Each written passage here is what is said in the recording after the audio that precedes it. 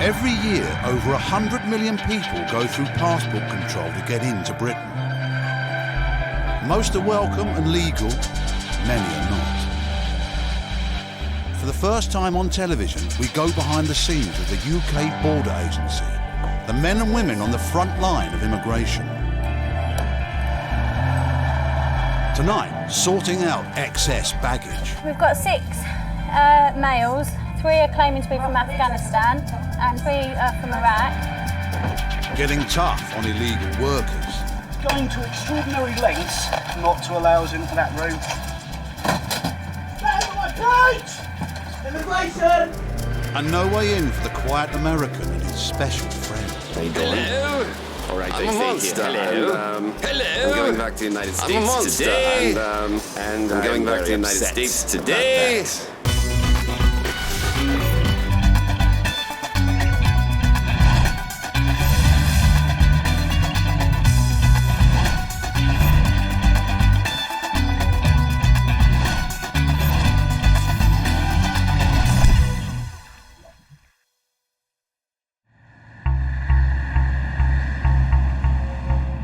Heathrow is one of the busiest airports in the world.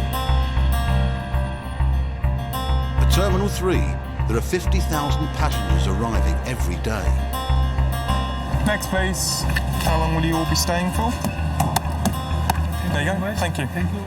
Most have a legitimate reason to come into the country. Thank you, madam. Okay, thanks very much. It's down to the immigration officers at the desks to spot those who don't. Officer Neil Newbury started working at Heathrow after doing a maths degree. Today he stopped a student returning to Britain after a trip home to India. But the border agency suspect Mr. Singh's college in London may be bogus. When you get these sort of letters confirming, yes, the student is studying here, yes, he can go on holiday for this amount of time, it's usually printed out on a better quality paper if it's a genuine letter. I mean, I could probably print something like that up myself, given a little bit of time on my own computer. So it's not looking great for me at the moment, if I was to be totally honest. Officer Newbury wants to find out what the passenger is doing in the UK. He starts by checking Mr. Singh's luggage for clues. You work here? Where do you work? At Tesco's. What do you study, sir? Computer science. Okay. I found a lot of information about his studies, a couple of quite large textbooks, so that's a lot of things in his favour. At the moment, I'm sort of changed my mind. I'm thinking he may be genuine now, because he's certainly got the work with him to confirm that he has been studying here and is intending to complete his qualifications. But it's time to dig deeper. Officer Newbury must make sure Mr. Singh is sticking to the rules. As a foreign student, he's only allowed to work a maximum of 20 hours a week. You say you also work in the UK? Oh, yeah. Where do you work and what do you work as? Tesco's. Nights. What does a night shift involve? What hours? It's basically one night shift is 7.5 hours. So in total it's 15 hours. Okay, if you'd like to follow me, please. Before giving Mr. Singh the all-clear to enter the UK, Officer Newbury must be sure he's telling the truth. Gov.uk. He gives Tesco a call. Yes, he's returned back to the UK from a holiday abroad, and we just want to confirm with yourselves his hours of work and how long he's actually worked for you. 36.5 hours. Okay. Even if he is actually attending his college on a rare occasion, the fact is Tesco's have confirmed he's doing 36 hours a week work for them, and as a student he can only work 20 hours a week. There's no way around that. So, yeah, he's in a bit of trouble there. Okay, Mr. Singh, come over here, please, sir. I'll ask a few more questions, okay? You'd like to follow me, please. You've already told me you're aware that you can only work 20 hours as a student. In fact, Tesco have told me that you've been working 36.5 hours a week. It's only possible because that's a night shift. So it doesn't sound like you're studying to me, to be honest. Do you now know what will happen to you? You've broken the conditions of your study visa, so your visa will be cancelled today. Whatever you want me to do, There's nothing that you can do now, sir. There's actually no university in whole India. You should have thought about that before you started working full-time in this country. He's obviously very desperate to stay here. He's saying he wants to complete this course. Obviously, he's extremely desperate to do that, but I'm afraid for me it's going to fall on deaf ears, because he had his opportunity a little while ago to come clean to me when I asked him the first time.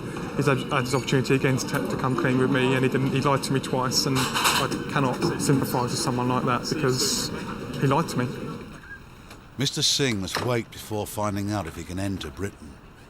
It's the Chief Immigration Officer who will confirm this final decision. I think on balance, the fact that he has worked in breach, I think For the last year. that's significantly enough to go down the change of purpose route. No, unfortunately, you can't work here solely to support your studies.